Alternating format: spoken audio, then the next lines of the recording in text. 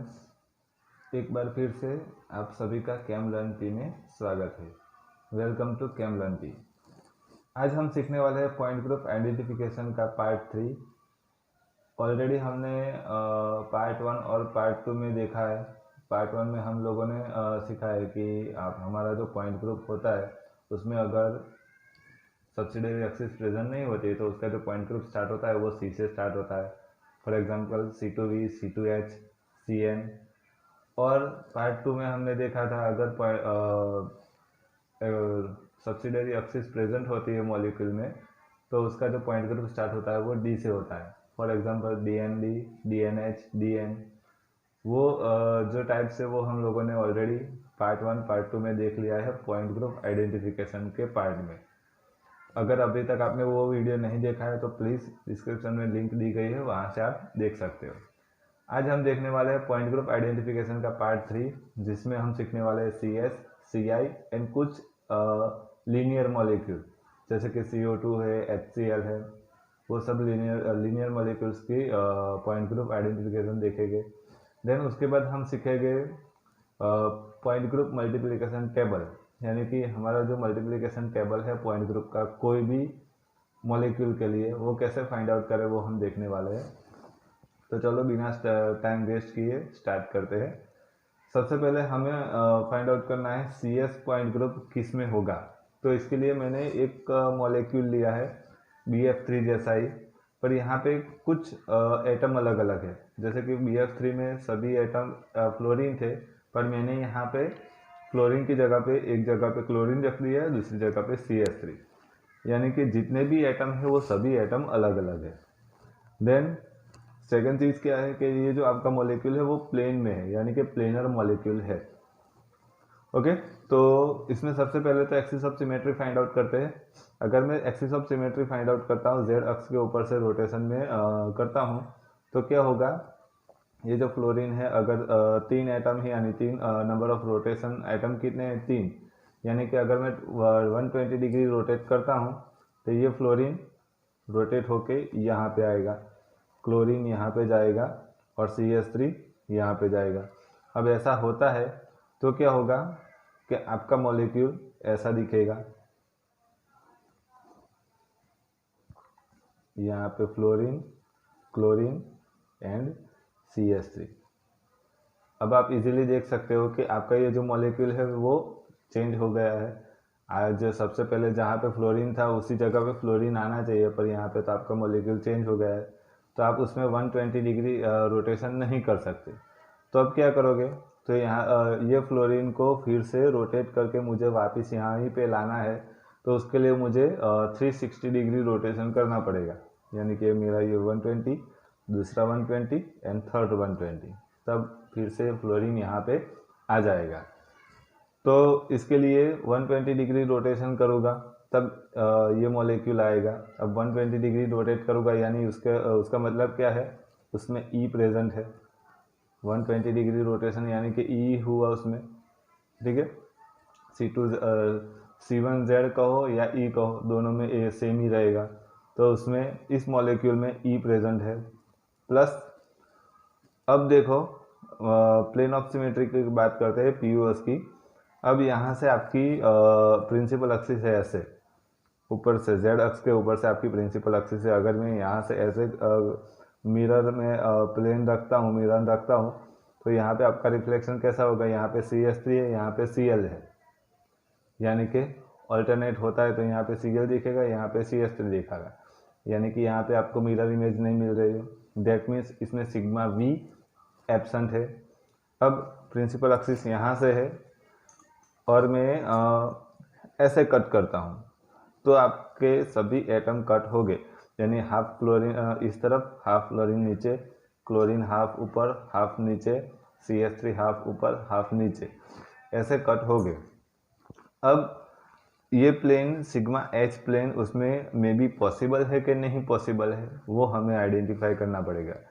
मैंने अभी आपको कहा कि ये जो पूरा मॉलिक्यूल है वो BF3 जैसा है, प्लेन में है, यानी कि प्लेनर मॉलिक्यूल, प्लेनर मॉलिक्यूल है आपके पास।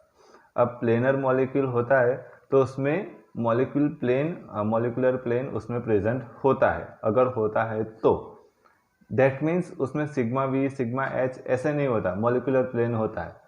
उसमें मॉलिक्यूलर प्लेन में आपके सभी एटम रिफ्लेक्ट होंगे, ऐसा प्लेन होगा। अगर होता है तो उसमें मॉलिक्यूलर प्लेन प्रेजेंट होता है। जैसे कि अभी मैंने आपको बताया यहाँ पे कि अगर मैं ऐसे कट करता हूँ तो आपके सभी एटम जो है वो सभी एटम कट हो गए और रिफ्लेक्ट एक दूसरे में रिफ्लेक्ट करेंगे। दैट मीन्स उसमें प्लेन ऑफ सिमेट्री प्रेजेंट है, पीओएस प्रेजेंट है, यानी कि उसमें सिग्मा प्रेजेंट है। उसके अलावा दूसरा कुछ प्रेजेंट नहीं है। आई देख लो, यहाँ पे CH3 तो यहाँ पे कुछ नहीं, F है यहाँ पे तो यहाँ पे कुछ नहीं है, Cl यहाँ पे है तो यहाँ पे भी कुछ नहीं है। दैट मीन्स उसमें आई भी प्रेजेंट नहीं है।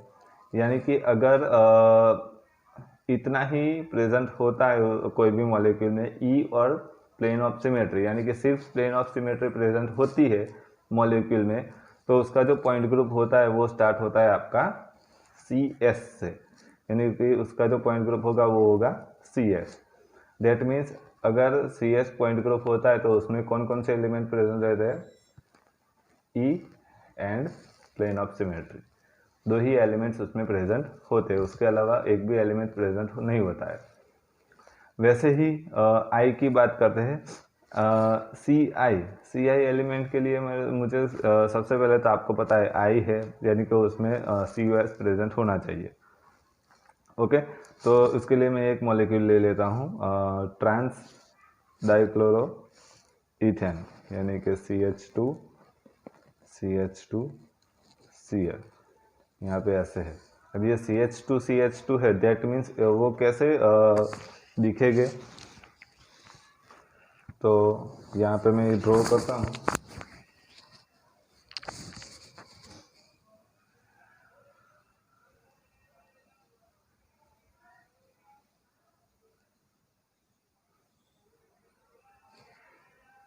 HCl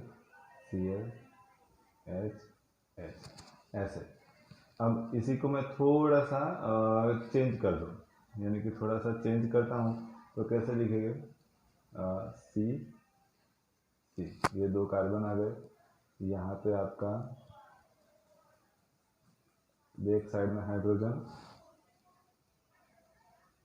यहाँ पे फ्रंट साइड में हाइड्रोजन। वैसे ही यहाँ पे आपका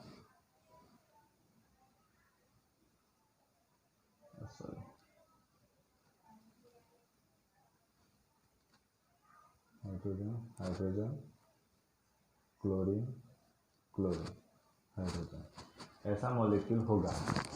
यानी कि एक हाइड्रोजन आपका फ्रंट साइड, एक बैक साइड क्लोरीन प्लेन में। वैसे ही यहाँ पे भी क्लोरीन प्लेन में है, पर ये क्लोरीन नीचे की साइड है, ये ऊपर की साइड है, जैसा यहाँ पे हम लोगों ने दिखाया वैसा। तो इसमें अब सबसे पहले तो एक्सिस ऑफ सिमेट्री कौन सी प्रेजेंट होगी? तो यहाँ से अगर मैं यहाँ से रोटेट करता हूँ तो क्या होता है, ये जो स्टार्टिंग में ऐसा वाई है, सीधा वाई है, अगर रोटेट करते हैं तो उसके बाद उल्टा वाई हो जाएगा, सॉरी ऐसा वाई हो जाएगा। ओके, थोड़ा सा चेंजेस करके बताऊँ आपको कि सबसे पहले तो आपका मॉलिक्यूल ऐसा है, ठीक है। अब मैं रोटेट करता हूँ तो क्या होगा, ऐसा हो जाएगा, ऐसे हो जाएगा। अब आप देख सकते हो कि ये दोनों एक दूसरे का स्ट्रक्चर चेंज हो गए। सबसे पहले तो सीधा वाई था, तो उसके बाद यहाँ पे उल्टा हो गया, यहाँ पे उल्टा वाई था तो यहाँ पे सीधा हो गया, यानी कि यहाँ पे स्ट्रक्चर चेंज हो गया, यानी कि उसमें एक्सिस ऑफ सिमेट्री तो प्रेजेंट नहीं है। हाँ, पर उसमें ई प्रेजेंट है। मैंने आपको पहले कहा वैसे ही कि उसमें ई सबसे ज़्यादा सभी एटम में, सभी मॉलिक्यूल में ई तो प्रेजेंट होता ही होता है, तो यहाँ पे ई प्रेजेंट है, वो तो तय है। देन उसके अलावा क्या है, तो उसमें हम प्लेन देख लेते हैं। अगर मैं ऐसे प्लेन रखता हूँ तो क्या होता है, यहाँ पे फ्रंट साइड में एच है, तो यहाँ पे भी फ्रंट साइड में एच चाहिए, बट नहीं है, यहाँ पे Cl है। वैसे ही यहाँ बैक साइड में एच है, तो यहाँ पे बैक साइड में एच चाहिए, पर नहीं है। दैट मीन्स इस पर प्लेन नहीं है, प्लेन ऑफ सिमेट्री एब्सेंट है। अब उसके अलावा इस मॉलिक्यूल में सबसे पहले तो हमने देखा कि उसमें प्लेन ऑफ सिमेट्री नहीं है, एक्सिस ऑफ सिमेट्री नहीं है। तो अब एक और चीज़ बाकी रही आई, COS, उसमें सेंटर ऑफ सिमेट्री प्रेजेंट है कि नहीं वो चेक कर लेते हैं। अगर यहाँ पे फ्रंट साइड में H है और ये आपका सेंटर होगा, तो यहाँ से फ्रंट साइड में H है तो बैक साइड में यहाँ पे H चाहिए जो यहाँ पे है। वैसे ही यहाँ पे बैक साइड में हाइड्रोजन है तो वैसे ही यहाँ पे फ्रंट साइड में हाइड्रोजन है। यहाँ पे नीचे की साइड प्लेन में क्लोरीन है, वैसे ही यहाँ पे भी प्लेन में ऊपर की साइड क्लोरीन प्रेजेंट है, यानी कि यहाँ पे आई प्रेजेंट है। दैट मीन्स आई आ गया। यानी कि अगर कोई भी मॉलिक्यूल में एक्सिस ऑफ सिमेट्री नहीं है, प्लेन ऑफ सिमेट्री प्रेजेंट नहीं है, सिर्फ आई प्रेजेंट होता है, तो उसका जो पॉइंट ग्रुप स्टार्ट होता है वो होता है CI। ओके, ऐसे ही बहुत सारे मॉलिक्यूल में प्रेजेंट होता है CI, बट ये तो सिर्फ एक एग्जांपल है। अब बात करते हैं लीनियर मॉलिक्यूल्स की। लीनियर मॉलिक्यूल यानी कि जो स्ट्रेट लाइन में होते हैं वो, यानी कि पिरामिडल स्ट्रक्चर नहीं होता है या टेट्राहेड्रल नहीं होता है, वो नहीं होता है, सिर्फ स्ट्रेट लाइन होती है वो। जैसे कि फॉर एग्जांपल CO2 है मेरे पास, C डबल बॉन्ड O, एक साइड डबल बॉन्ड O, दूसरी साइड डबल बॉन्ड O। अब आप सभी को पता है, अगर हम रोटेशन करते हैं तो सिंगल बॉन्ड से रोटेशन करते हैं, वो हमें पता है, डबल बॉन्ड से रोटेशन नहीं होता है। ओके, तो यहाँ पे सबसे पहले तो मैं axis of symmetry find out करना चाहता हूँ। अगर मैं यहाँ से axis of symmetry find out करता हूँ तो क्या होता है, ये ऑक्सीजन इस तरफ, ये ऑक्सीजन इस तरफ, ऐसे होगा। ओके, बट अगर मैं यहाँ से करता हूँ ऐसे, तो यहाँ से अगर मैं इस तरफ से करता हूँ तो मुझे C2 मिल जाएगी, 180 C2 मिल जाएगी। और अगर यहाँ से करता हूँ मैं तो मुझे C इंफिनिटी मिलेगी, यानी कि इंफिनिटी टाइम मुझे रोटेशन करना पड़ेगा। और इंफिनिटी यानी कि C2 से तो ज़्यादा ही है, यानी कि आपकी जो एक्सिस ऑफ सिमेट्री होगी वो होगी आपकी C इंफिनिटी। अब C इंफिनिटी है, यानी कि सब्सिडरी एक्सिस इंफिनिटी हो सकती है या नहीं हो सकती, दोनों में से एक हो सकती है। अब हमने यहाँ पे ऑलरेडी एक C2 एक्सिस यहाँ पे फाइंड आउट कर लीजिए, यानी कि उसमें infinity C2 subsidiary axis present है। देन उसके अलावा प्लेन ऑफ सिमेट्री की बात करते हैं। ये आपकी एक्स अक्ष के ऊपर से अगर मेरी प्रिंसिपल एक्सिस है और उस यहाँ से अगर मैं प्लेन रखता हूँ, यानी कि उसके परपेंडिकुलर प्लेन रखता हूँ सिग्मा H, तो यहाँ पे प्लेन प्रेजेंट है। ओके, तो उसमें सिग्मा H प्रेजेंट। देन यहाँ से एक्स अक्ष के ऊपर से, यानी कि अगर मैं ऐसे कट करता हूँ तो सभी एटम कट हो गए। ओके, यानी कि उसमें सिग्मा V भी प्रेजेंट है।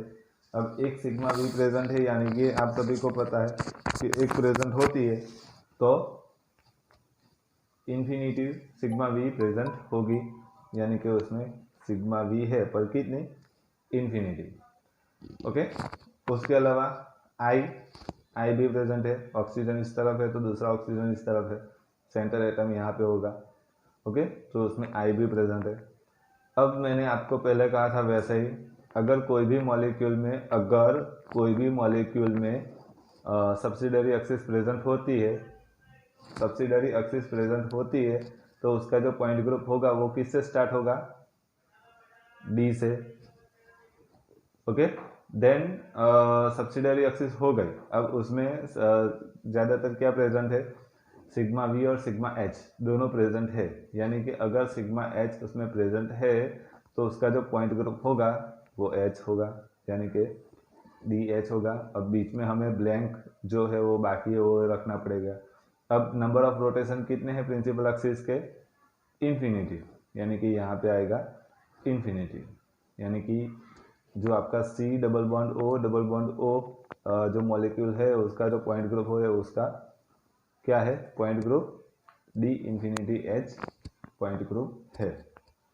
वैसे ही एक और मॉलिक्यूल ले लेते हैं, उसके आपको अच्छी तरह से पता चल जाएगा। अगर मेरे पास C डबल बॉन्ड O और यहाँ पे S है, यहाँ पे ऑक्सीजन था दोनों साइड, और अब मैंने थोड़ा सा चेंज कर दिया, एस कर दिया, तो अब क्या है उसमें प्रेजेंट। तो वैसे ही सबसे पहले तो उसमें सी इन्फिनिटी एक्स प्रेजेंट है, axis of symmetry. Then plane of symmetry sigma V भी प्रेजेंट है। ओके, C2 यहाँ से C2 नहीं हो सकती, तो उसमें C2 एक्सिस एब्सेंट है। उसके अलावा दूसरा तो सिग्मा एच भी उसमें प्रेजेंट नहीं है। अगर मैं यहाँ से कट करता हूँ तो रिफ्लेक्शन नहीं देखने को मिलेगा, सिर्फ सी इन्फिनिटी वी और इन्फिनिटी सिग्मा वी इतना ही प्रेजेंट है उसमें। अब मैंने प्रीवियस लेक्चर में बताया था वैसे ही, अगर आपके मॉलिक्यूल में सब्सिडियरी एक्सिस एब्सेंट है तो उसका जो पॉइंट ग्रुप होगा वो स्टार्ट होगा सी से। देन उसमें नंबर ऑफ रोटेशन कितने हैं, इन्फिनिटी, यानी कि सी इन्फिनिटी होगा।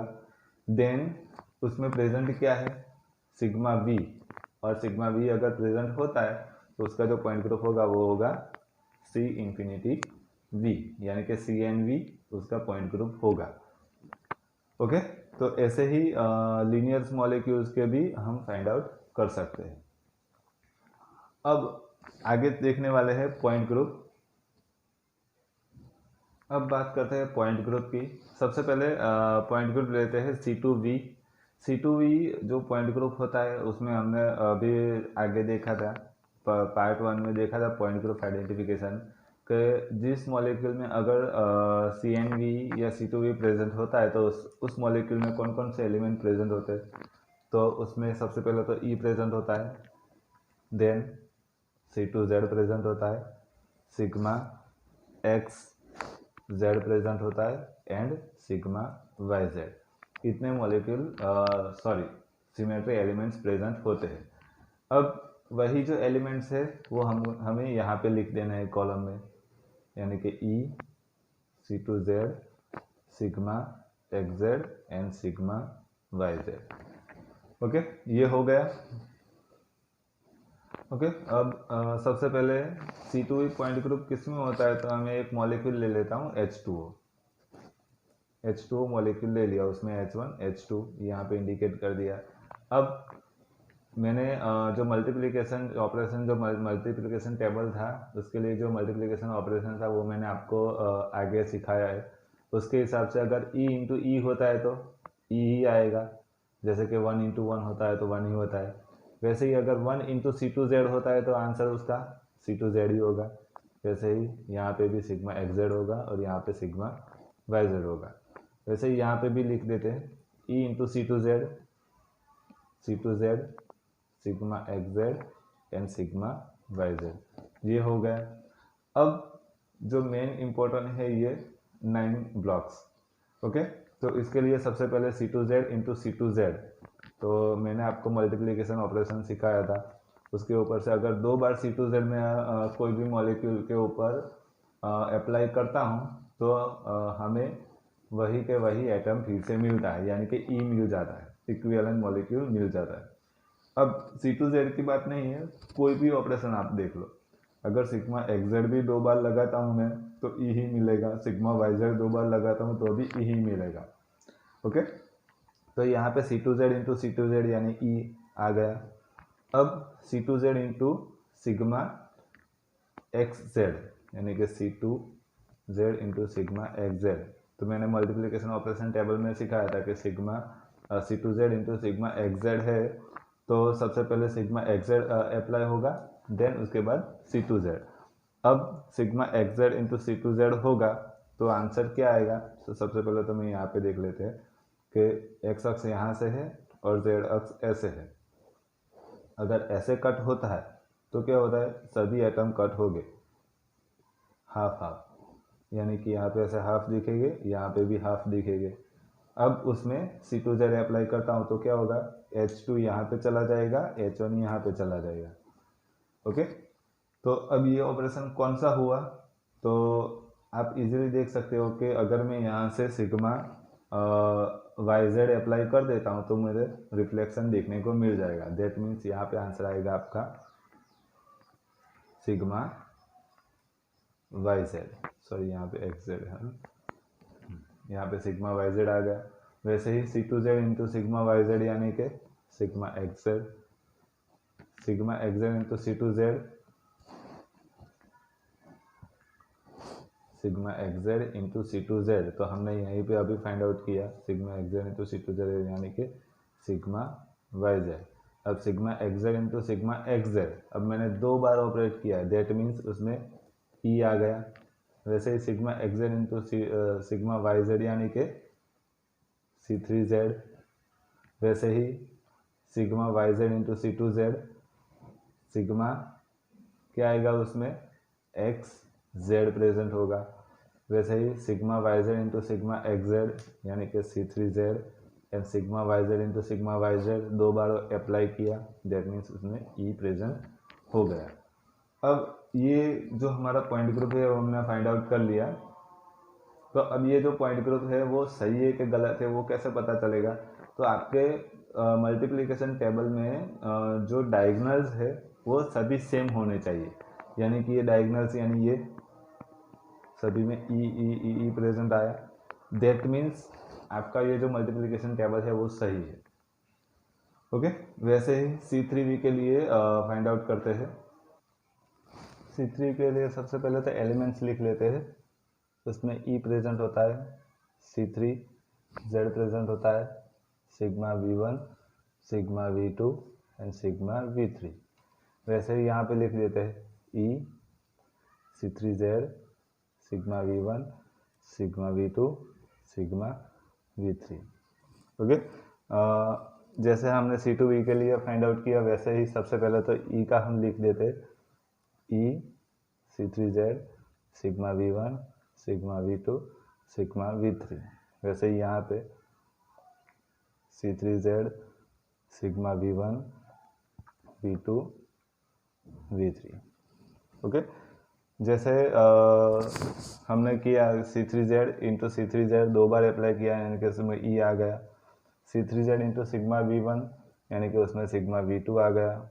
C3Z इंटू सिग्मा V2 यानी कि उसमें सिग्मा V3 प्रेजेंट आ गया।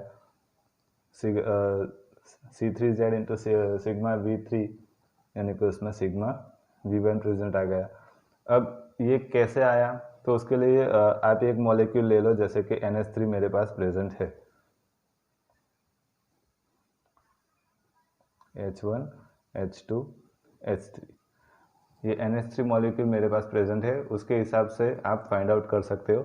आप खुद से फाइंड आउट करना और उसके बाद अगर पता नहीं चलता है तो कमेंट बॉक्स में कमेंट कर देना, मैं फिर से ये टॉपिक आपको समझा दूंगा नेक्स्ट लेक्चर में, अगर समझ में नहीं आता है तो।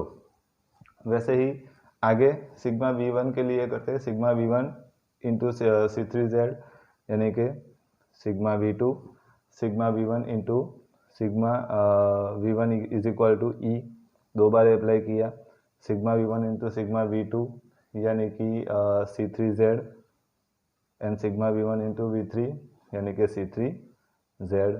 वैसे ही V2 के लिए sigma V31, sigma V2 into sigma V1 यानी कि C3Z, यहाँ पे E and sigma V2 into sigma V3 यानी कि C3Z। अब sigma V3 into sigma C3Z equal to sigma V1, sigma V1 into sigma V3 equal to C3Z, sigma V2 into V3 equal to C3Z and यहाँ पे E आ गया, 2 बार apply किया हमने। तो ऐसे ही हम मल्टीप्लिकेशन टेबल फाइंड आउट कर सकते हैं। एक होमवर्क में दे रहा हूँ, आप खुद से फाइंड आउट करके देखना, अगर नहीं होता है तो मैं सॉल्व करवाऊँगा। फॉर एग्जांपल आपका है D4H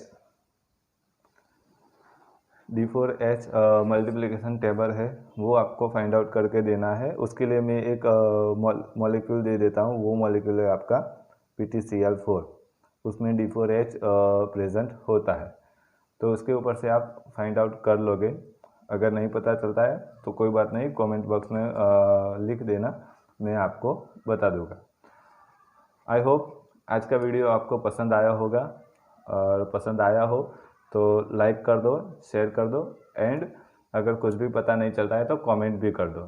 कमेंट यानी कि नहीं पता चलता है तो भी कोई बात नहीं, वो भी कर दो, और अच्छी वाली भी कमेंट कर दो। एंड अगर इस चैनल के पे आप नए हो तो चैनल को सब्सक्राइब कर दो, और जो बेल आइकॉन है उसको भी प्रेस कर दो, ताकि जैसे ही मेरा नया वीडियो आए तो आपको पता चल जाए। Thank you. Have a nice day.